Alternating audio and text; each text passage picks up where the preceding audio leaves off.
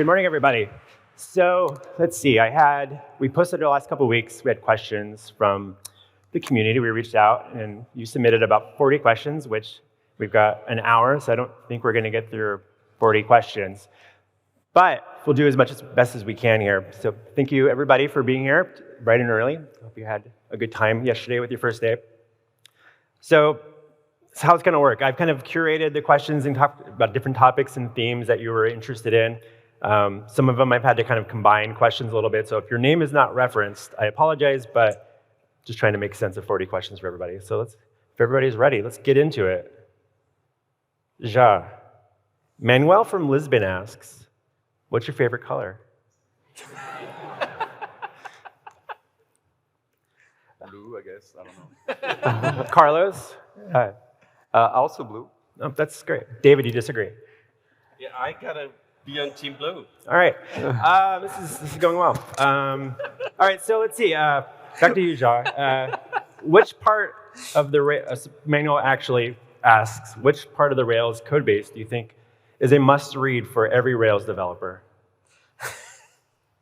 I don't think there's any part, like the part you absolutely must read is whenever you say, oh, this seems like magic, and you absolutely need then to open it and to go look at it and realize this is not magic. I didn't go to Hogwarts. Did anyone? No. This is very much, you can understand it. Just go read that one. There's nothing. Carlos, do you have anything more specific to say? Yeah, I think the part that people usually are going to use in all of their applications is the integration between controllers and views in general. So getting to know that a little bit better is I think, a good place to start. What about you, Aaron? I think the number one thing you should read is the implementation of 42 question mark. What is that, array 42? Yeah. Which library is that in? That would be an active support. Active support. Yeah. Matthew, similar question came through from Anonymous. I don't know, it's mysterious, so this is a really tough question for you. Is there a lesser known Rails feature that you wish more developers were aware of? I don't think there's anything specific that... We're taking a 5-minute break. That lots... Sorry, mate. I don't think there's anything specific that lots of people should know about but don't. I think that it's valuable that there are a lot of features that you only need to find when you need it. And I think that that works well. I hope that we hide away that complexity so that something like composite primary keys that is being better supported now in 7.1. Hopefully, you'll only come across it if you actually go looking for it, because most of the time you shouldn't be reaching for that as your default. But we'll handle it when you need it. And for those out here, is there anyone that doesn't know what composite keys are? It's okay. Oh, everybody knows? Okay. Great. That's great. Also, there was a question that came in kind of yesterday related, why I still have you, Matthew. There's a lot of references to MySQL, and I know from running the Ruby on Rails survey every couple of years, Postgres is far more popular and more preferred, despite some of the legendary, luminary, $66 billion companies using MySQL. So some people were curious about, well, it seems like the core teams, companies tend to gravitate towards MySQL. Is there something wrong with Postgres, or is MySQL better? What's your kind of take on that, Matthew? Yeah, I think it is true that most of us work on MySQL applications. Personally, if I was starting an application today, I would choose Postgres. And so Postgres is always going to have first-class support in ActiveRecord. I think that there's some time-based history to the fact that several of the largest and oldest Rails applications started on MySQL and are now there without much opportunity to change that choice. There are also benefits where MySQL has a longer history of effective replication which matters at certain huge Yeah. scales. But yeah, Postgres is a fully supported database, and I encourage everyone to use it. But as we're hearing, it sounds like SQLite is the future. So, let's see. All right. Quick thing. I want to actually a little activity for you all. Yesterday, David and Eileen both mentioned that there's been nearly 7,000 contributors to the Rails core project. So it's outside of just these 10 people and all the, there's 2 other core team members that weren't able to make it here. But if you have code contributed and that's been merged, could you quickly stand up real quick so we can see you? Oh, wow. Okay, yeah, that's awesome. Now, stay standing for a second. If you've ever contributed a comment or helped review a pull request, stay. If you've submitted a bug request, participated in GitHub issues on the Rails project, tested something, could you also quickly stand up, like part of the community? So they rely on that, so it's like, look around. These people are part of the community as well. And so I just want to take a moment. You can sit down now, but thank you. And if you couldn't stand, you can wave your hand and stuff. So a question for you, Eileen, as you sip some water.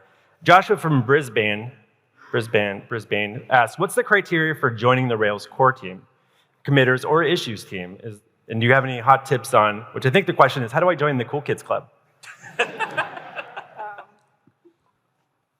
For the issues team, am I mic'd? Yeah. Well, I mean, I am mic'd, but I couldn't tell if you could hear me. We actually recently, like last year, added another team for, we call it triage. And part of that is because issues has merge rights, and we wanted a way to let people get involved earlier, but before they had built up like the trust to not merge the wrong PRs. So you start out on the triage team, and usually it's just if we see you around commenting on issues, running the bug reports that people leave, reviewing pull requests. Once you get triage, then you can actually add labels and close issues, which is nice because it's, that helps us out a lot too, because we don't have to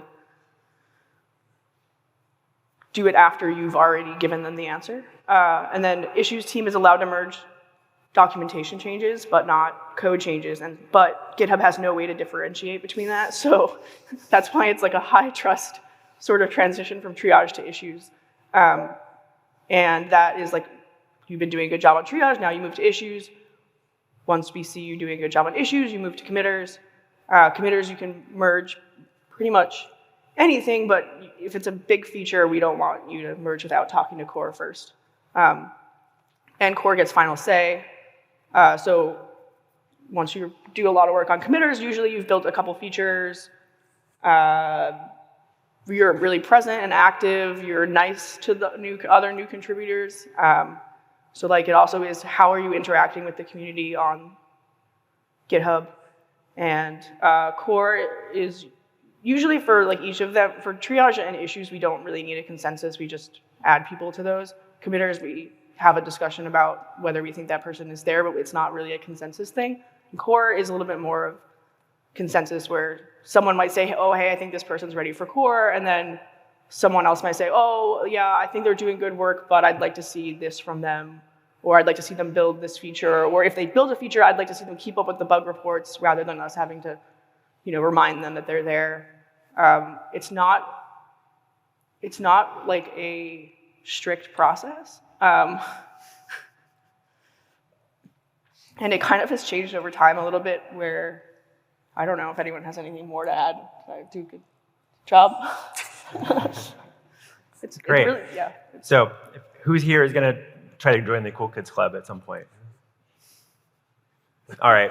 Anyways, this is about as close as I think I'm ever going to get. But one of the things curious, I've always found it to be a little intimidating to try to get the Rails development environment set up just to even run the test suite and everything like that. Do you feel like there's things that the community and you could do for me to make that easier specifically? Does anybody want to pair on my laptop later and we'll get this going? Yeah? All right, well, great.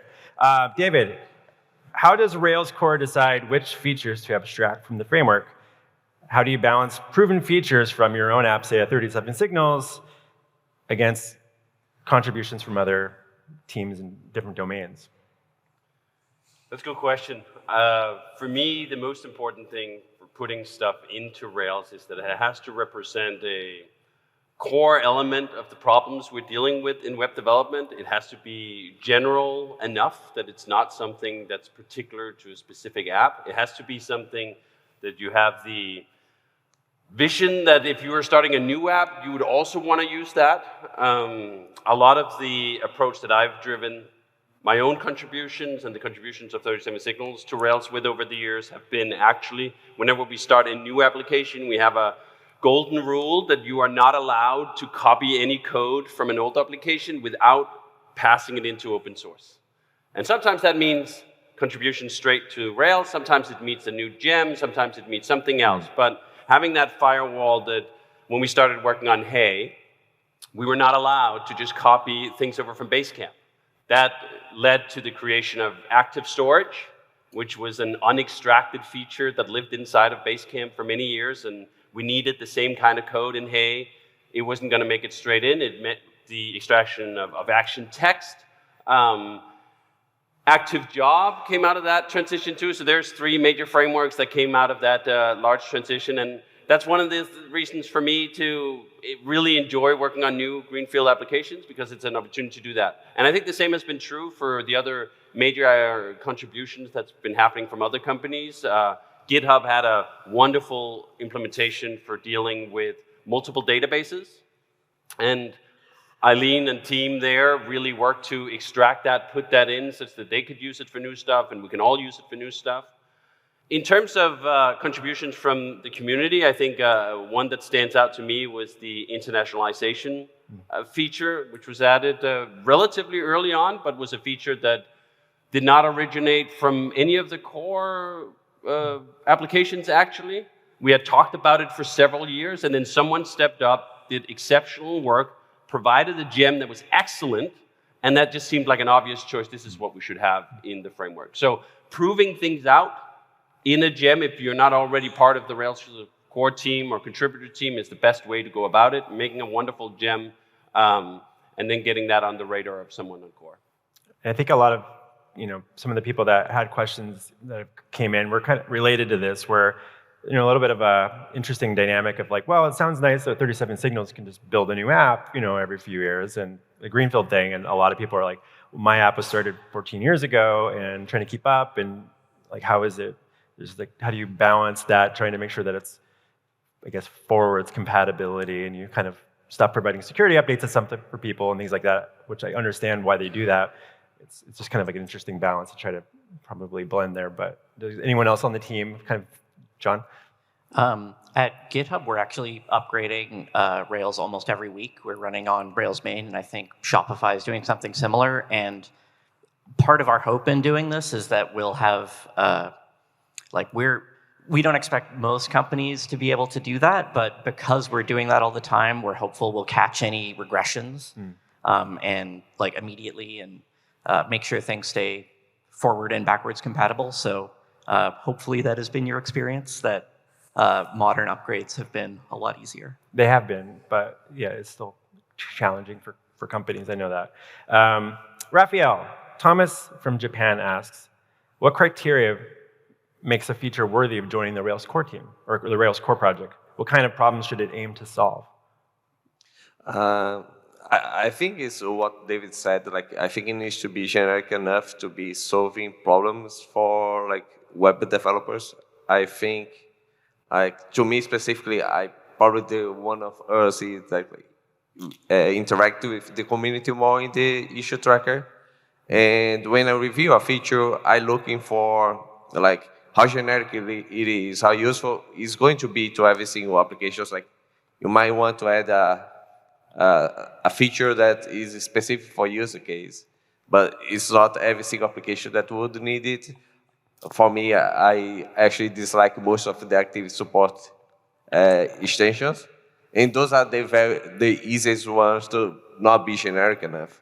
Like, oh, I want to add something to pluralize the Boolean false and true.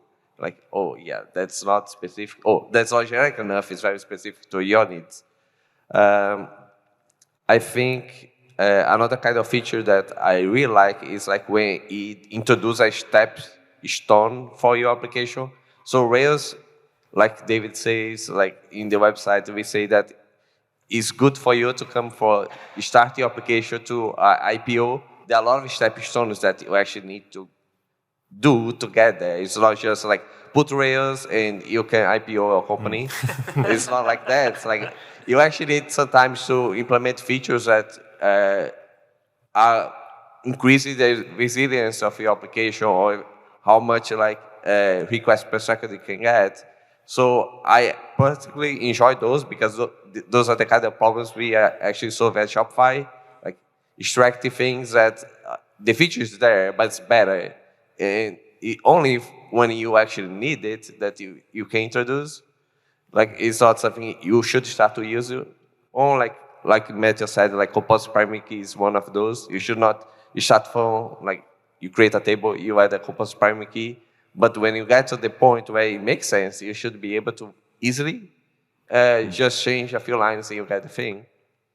So to me, those are the features that I'm most excited about, like features that increase the scalability of Rails. Nice. Jeremy, Benjamin from Delft asks, are there plans to support key rotation for deterministic keys in active record encryption? Yes. Cool. Could you actually explain what that means for me? When you have a bunch of data encrypted with one key and you need to rotate to a new key, well, how do you read data that was encrypted with the old one while encrypting new data with the new key? In fact, this is already supported. If you look at the old deterministic keys option, and there's also a method called re-encrypt that will decrypt with the existing key and then re-encrypt with the new key. There was a good talk on that yesterday on encryption. Jeremy, while I still have you, Aaron P. from Seattle asks, might you ever make Arrow table public? No. Cool. And there's some background to that. There's been requests to make, to expose Arrow, which is the underlying library for doing low-level relation management. So if you want to get kind of below active record, you want to do something complex, there's the tendency to feel like you need to go deeper, when in fact active record can typically do what you need. And so the hazard in exposing something lower level and getting this kind of weird leaky abstraction is that everybody will then feel like they need to reach for that to do something that that you can already do out of the box. Nice. Aaron, where do you live? Seattle. Oh. What would you say you do here? I didn't know it was time to do our reviews. Yeah. So I got some feedback from the team. I know you had a retreat the other day, and that was like the first time you've been all able to meet together in a while. This is maybe one of the largest gatherings you've had as well. What were some of the big decisions you made behind closed doors that we're all so curious about? Oh my goodness. I feel very on the spot here. What do I do here? I do some stuff. What is the question? Yeah, it's like a little bit of, I'm not good at questions. This is why I ask their questions, and I try to inject my own questions, and I apologize. Aaron, I'm learning on the job here. VP of Core. Oh, thank you. I'm failing upwards. What do you do? So are you typically working on small little things, bug fixes type things? Yeah, usually bug fixes. I think recently a lot of my involvement has been around like security stuff, which is extremely not fun. Cool. I'm going to get to security in a little bit. Let's see. I'm curious a little bit. Breno from Brazil asks, what's Rails core vision for the future of Rails? So for example, say take something like active storage, which was born as a file-serving engine. How open are you to pull requests for extending existing functionalities and how to handle image optimization? Maybe Rafael? Or, yep. Multiple databases doesn't work with it right now. So if someone wants to fix that, I would love a PR. That's great. But yeah, and I think it's, one of the things that's kind of like, I don't know that's super obvious, it's like when you release something as a new feature, like solid cache or something, and like this is what it's, maybe that's a bad example because it's kind of, you kind of probably wrap your head around like what it should and shouldn't do. But for something like active storage, and you're like, this is what it can do initially, and people are like, well, I want to add stuff to it. I guess there's that question of like, well, should I go through the process and create a pull request for some like image optimization things, or add color tints, filters, or something to it? So if you want to have your images have some interesting coloring, tinting, is that in or outside of the scope of that particular thing? Because I don't know that like the release and the README really kind of touches on like where's the boundary there.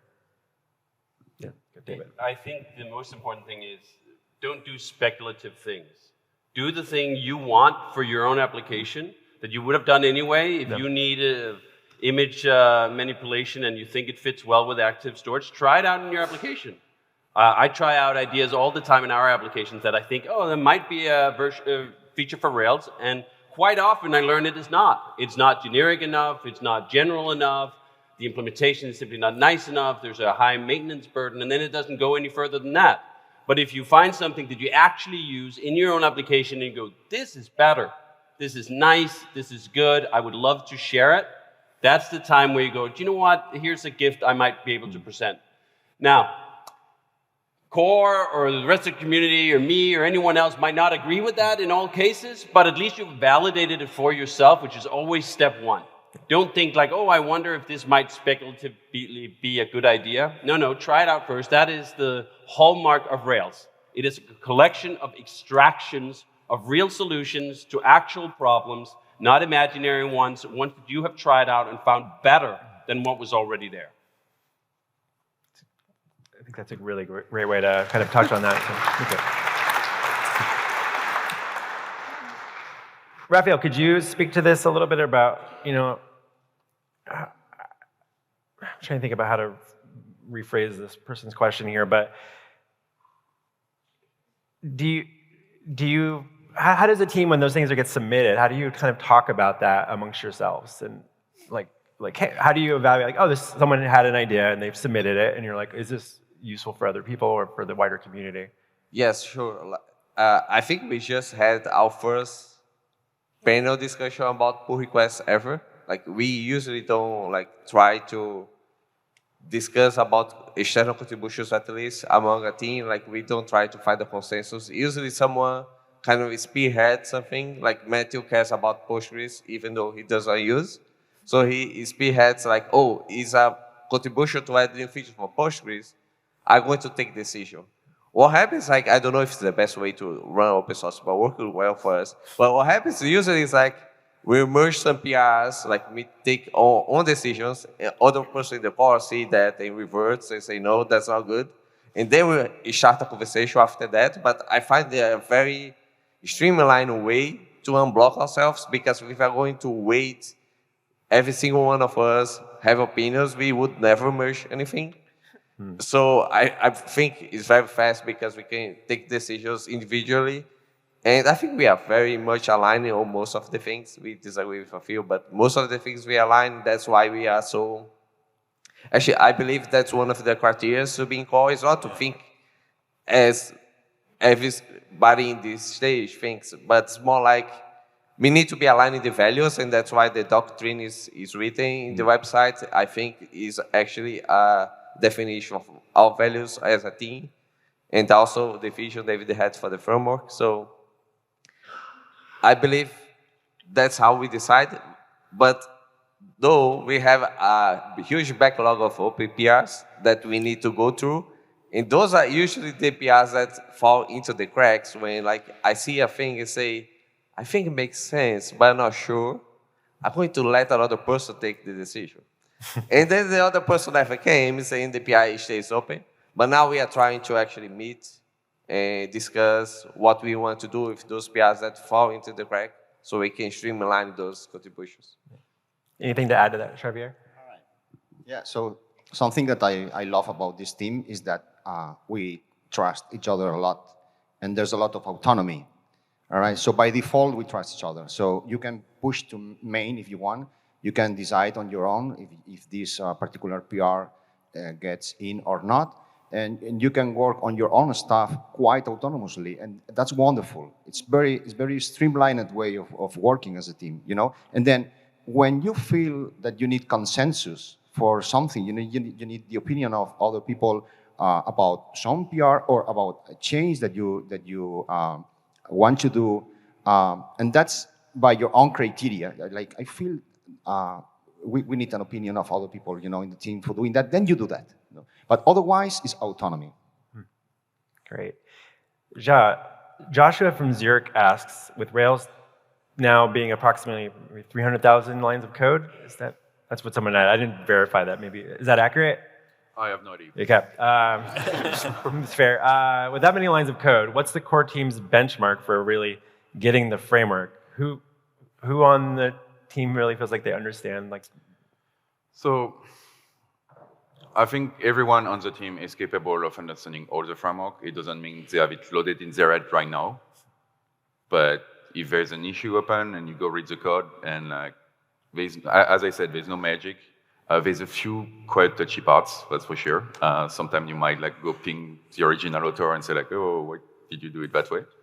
But overall, there's a few exceptions, but all the core team and most committers, because we talk a lot about the core team, but committers do almost exactly the same job as us, are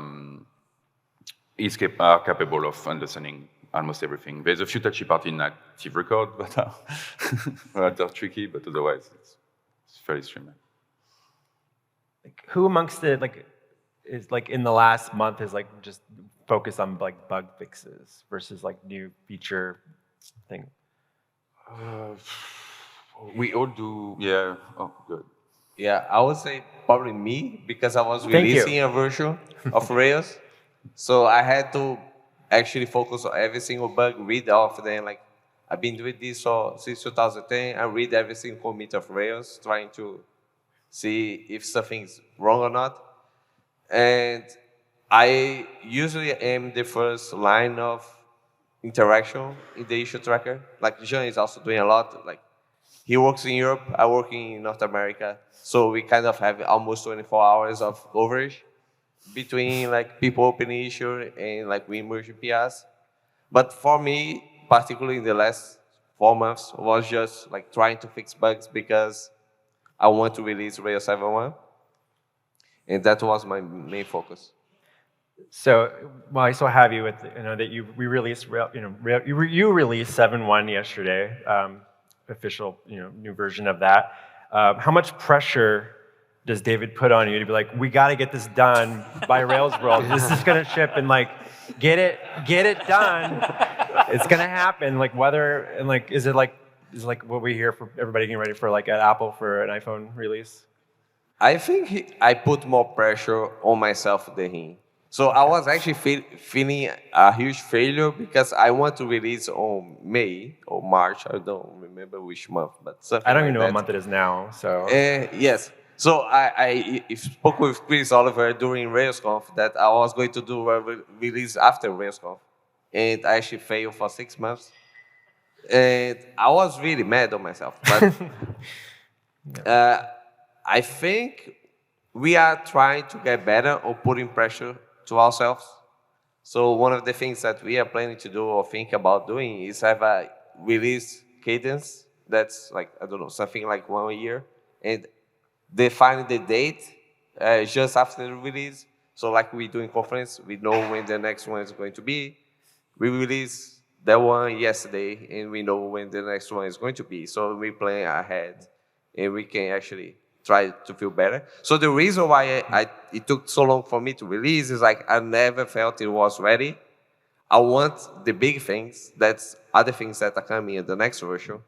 But we only were able to build the stepping stones, things that are going to allow us to build the big things. But we were able to do the big things And I decided, maybe with a little pressure from David, like we need to get this out. And I said, okay, I'm okay with the big little things. I don't need the big ones.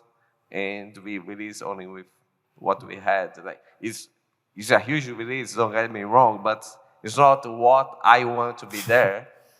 It's like improvement, but not the big improvement we want. How do you make the distinction between, you probably have talked about this in the past, but the difference between 7.0 to 7.1 versus, is the next one 8 or is it like 7.2? Like how do you kind of make that decision, or is it kind of like arbitrary based off of whatever Aaron thinks? It's pretty much what David decides, so okay. I will let him answer the question. All right. Aaron. Hey. Yes. So back to your review. Stephen from Berlin asks, what's your personal pick for the most crucial evolution of Rails that Rails should make in the next 5 years? No pressure. What year would that be? Like 2028? Can we get an easier question? Well, I think yeah, where do I see myself in 5 years? Exactly. It's, you know what it is? Yeah. AI. Yeah. Right? Sprinkle some AI on there. Actually, one thing I'd really like to see, and I'm going to talk about it in my keynote, is I would really like to see more integration with language servers. Basically, anything we can do to improve quality of life for developers. Because I think Ruby and Rails are all about enabling us to get our jobs done quickly, and anything we can do to make developers faster is what I would like to see. David, a question came in about your usage of Renaissance in your keynote, and I don't remember specifically who mentioned. This was an in-person question. They wanted me to ask you, is that because you did want to cut your hair? That Redis is connected to my Renaissance. Hair? You said Renaissance. Oh, Renaissance. Renaissance framework. Redis and my hair. What? No. Actually, someone pointed out that Leonardo da Vinci drawing had some resemblance. Yes. So maybe that was unconsciously there when I was picking the theme for the Renaissance developers. That is entirely possible. Okay. But there's also a just much more banal explanation, which was I didn't cut my hair during the pandemic, and then I just stopped bothering. Same. Let's see. Matthew, that question for you again. Alan from Norwich asks, do you got any ideas for making Rails more appealing to new or junior developers who might be leaning or being curious or being told by someone that they should probably go towards using JavaScript as a first language? Yeah, that's a very good question. I'm not really sure. Anything to add, Eileen? What was the question? Yeah, I think just the general, the sentiment that people coming into the industry and they're kind of evaluating their options. What do you think that Rails could be doing to be more alluring to, new developers of the industry, junior developers, or people changing careers? I think we could redo our docs, the guides especially. Like sometimes I'll be like reading them, and one time we had a security doc that I was like, when was this written? None of this makes any sense. So I rewrote that. But that's not the right, we shouldn't be stumbling upon stuff that we realize is wrong. It would be great if we could get people who aren't us, because we've been doing it so long, we don't know how to start. But if you've been doing Rails for 2 years, you probably remember what it was like to start, and you can help the foundation and core redo that. What doesn't make sense? What's hard to understand? Sorry, I'm losing my voice. What's hard to understand? I think that videos are great too. I learned on so much about Rails on Railscasts. Thank you. I actually one time had a goal. Yeah. Here for Ryan. So So all the great work that Chris Oliver is doing, but like we can also do more of that. Like people really love watching like short videos of how does this work in Rails, or how do I do this? So if you have been doing this for a couple of years, I feel like back when I started, everybody was always sharing what they were doing, and like I just don't feel like we have as much blog posts or like just curiosity and sharing that, and maybe that's because everyone on the internet is a. Can I curse on stage? Yeah. Shahad? Can I add something? Yeah. So I think one of the things we should be doing to actually get new people to the community, we are doing here right now. Like having all this energy, like people like talking about Rails and being happy about sharing things about Ruby and Rails. Actually, I believe it's going to help a lot of new people. Like nobody chooses technology only because of the tool, but also because of the community. So remember that like everyone here is a community, and everyone here can do something to bring new developers to the community, sharing the passion. Like we had Chris, like for me, Chris is doing a great job of this, like sharing his passion for Ruby and Rails in every single place I see him. And I think this conference has been great for this. Yeah, agreed. Thank you all for that.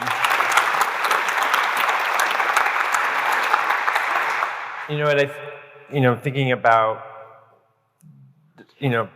when I talk with junior developers, there is a concern that like Rails is dying, it's doom. How many people here, this is like their first like Ruby Rails related conference, tech conference? Raise your hand real quick. Oh, wow. Yeah, welcome.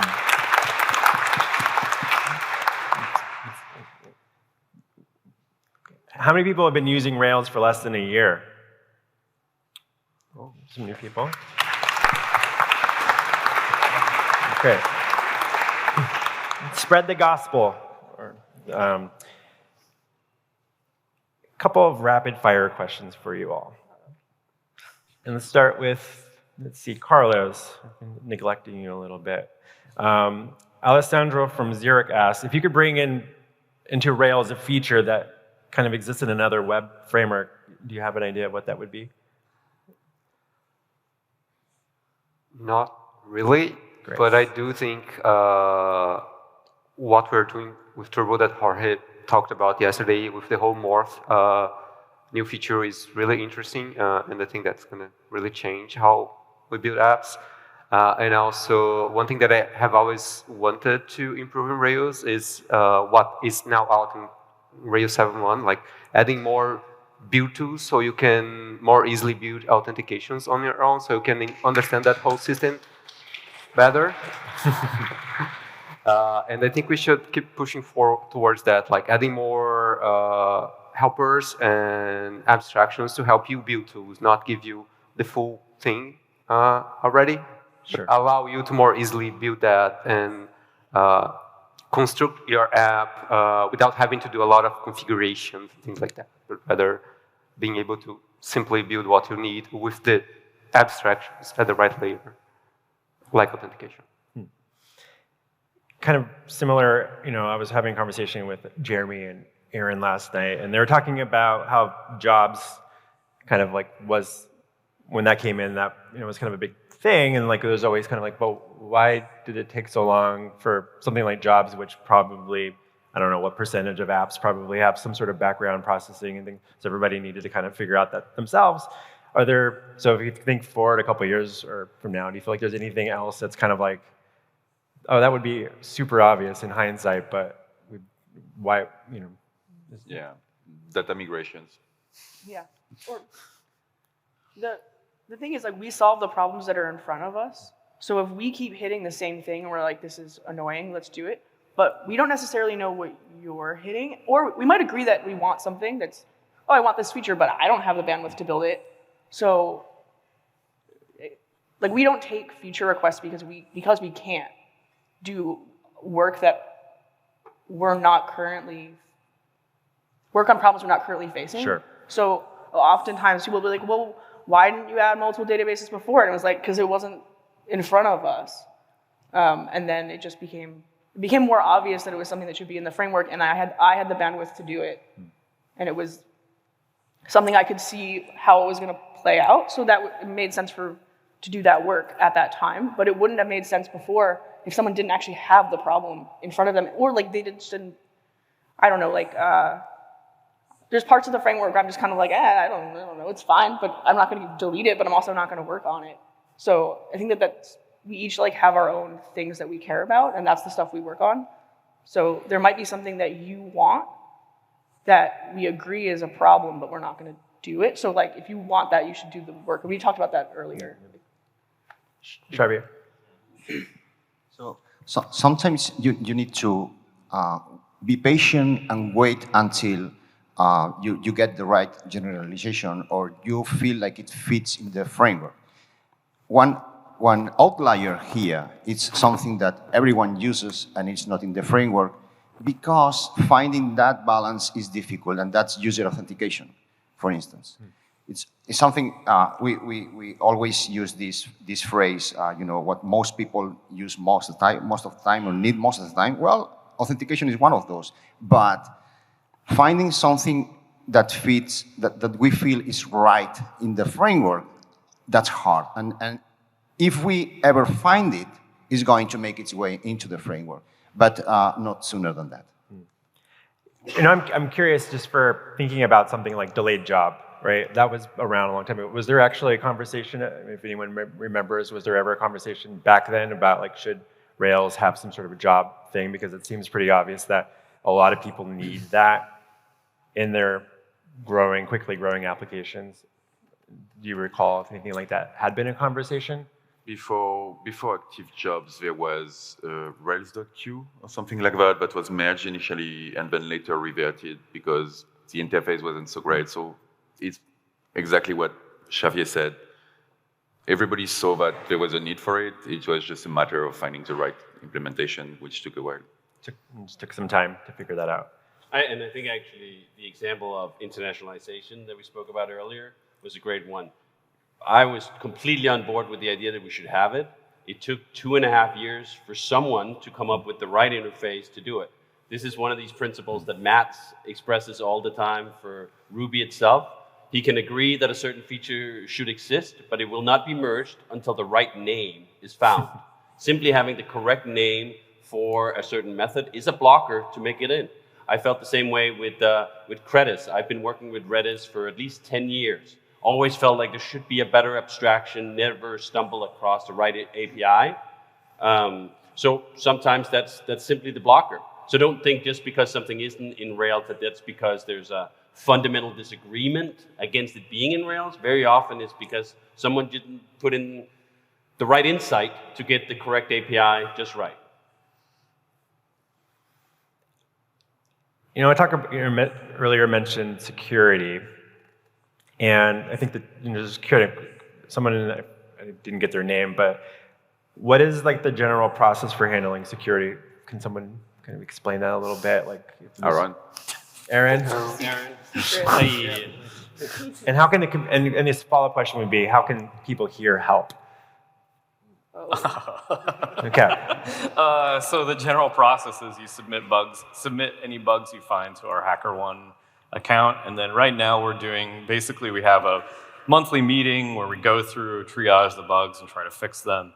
And unfortunately, I don't think there's much anybody in the community can do to help with this because it's all done secretly until we finally do the security release. The best thing you can do is if you find a security issue, report it to us. That's the best thing. And then that gets announced, and I know there's like was there still Discord or? No, we post it to the Rails forum. We used to email it out, but I think we were emailing it out to Google Groups thing. But the problem with Google is now you have to have a Google account to read the mailing list, and we don't want to require folks to have a Google account, so we just post it to our discourse message board now. John, what areas of the framework codebase do you personally find to be most intimidating to work on? ActiveRecord for sure. It's also one of the better parts of the code base and like has the most power and you can accomplish the most interesting things by working on it, but it's by far the most complex and has deep mysteries. I'm also looking at the active support callbacks right now, and that is also a very difficult thing to work on. What about you, Carlos? Personally, I've had less experience with the more recent action storage, action text frameworks. So I would say those probably, because I just haven't just really deep dived into those yet to understand them more. But like I guess like Eileen said yesterday, they more or less follow the same patterns in general. So as long as you understand how the framework is generally organized and the patterns that it uses, it's usually fine to get in there and just understand how things work in general. Xavier, I know that you had a career transition. You haven't always been a software developer, right? Say it again, please. Can you talk a little bit about your career? Like someone asked a question in there in the questionnaire around, you know, did you think that you were going to become a software developer early on in your career, as an adult going in? Oh, no. So, and is it too late for people that are making a transition? Like, you know, is there? Oh, so to answer that, my first job as a software developer, I was 30. So absolutely not. So I quit high school when I was 17, did a bunch of things. Then I changed my mind again, went to university when I was 23. I did a degree, 1 year of PhD, and then I changed my mind again because I like it. So the degree was math. I liked math a lot, but I was 30. I wanted to. So basically, the way I work, and this is a personal question, right? So the way I work is I try to follow my gut feelings, and every time in my life, I try to decide what I want to do, and if that's changing careers, I do it. And I go like full with that, accepting all the consequences of that decision, you know. So being a software developer, I liked programming before, so there's some background there, but it was just the way life worked for me, and I am enjoying it a lot. A quick show of hands, who here has a degree in software engineering or whatever, computer science? Just one person? Two? Kinda? Half? Okay. So you don't have to be, a computer science wizard or academically speaking, to become a Rails core team member, which is good news for me, high school dropout. So did anyone else have a prior career before going into software engineering? Kinda? Design, somewhat. But I knew that software engineers got paid more. I'm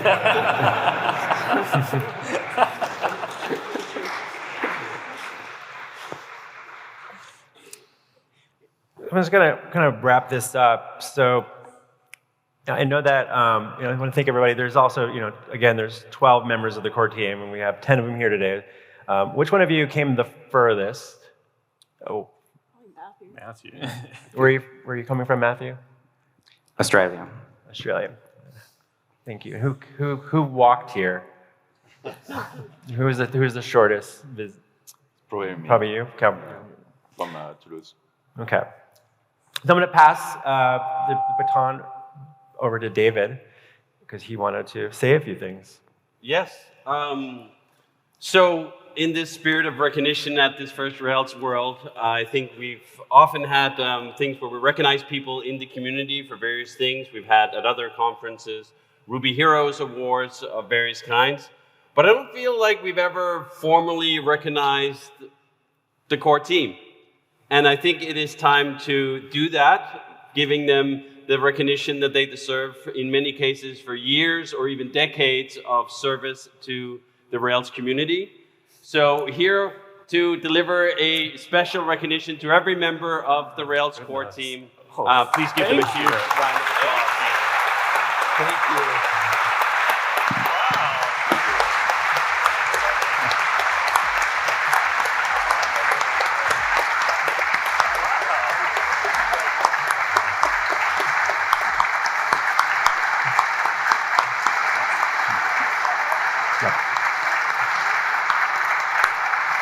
All right, everybody. Thank you to the core team. Thank you for your questions. Thank you, David. Have a great second day at Rails World, and come find me for Oh My Z-Sol stickers. All right. Thank you.